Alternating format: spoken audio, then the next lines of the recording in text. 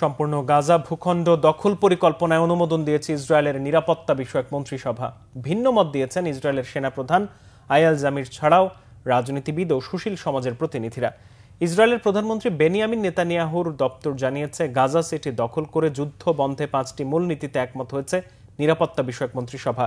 এগুলো হচ্ছে হামাস নিরস্ত্রীকরণ, জীবিত বা মৃত ইসরায়েলি জিম্মিদের ফেরত, গাজা ভূখণ্ডকে অসামরিক এলাকায় পরিণত করা, গাজা ভূখণ্ডে ইসরায়েলি বাহিনীর নিয়ন্ত্রণ প্রতিষ্ঠা এবং হামাস ও ফিলিস্তিনি কর্তৃত্ব বাদ দিয়ে গাজায় বেসামরিক সরকার গঠন।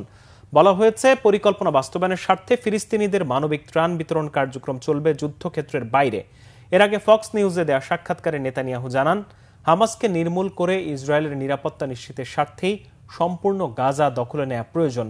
হামাসের বিরুদ্ধে গাজাবাসীও প্রতিরোধ গড়ে তুলছে, এই দাবি করেছেন নেতানিয়াহু। এই পরিকল্পনাকে খুবই বাজে বলেছেন ইসরায়েলের বিরোধী দলীয় নেতা ইয়ার লাপিদ। গাজায় যুদ্ধের সিদ্ধান্তে ইসরায়েলের জনমত উপেক্ষিত হচ্ছে বলেও অভিযোগ করেন তিনি। গাজা দখল পরিকল্পনায় শুরু থেকেই রাজি নন ইসরায়েলের সেনাপ্রধান আয়াল। এ বিষয়ে নেতানিয়াহুর সাথে তার দূরত্ব তৈরির খবর দিয়েছেন ঘনিষ্ঠজনরা।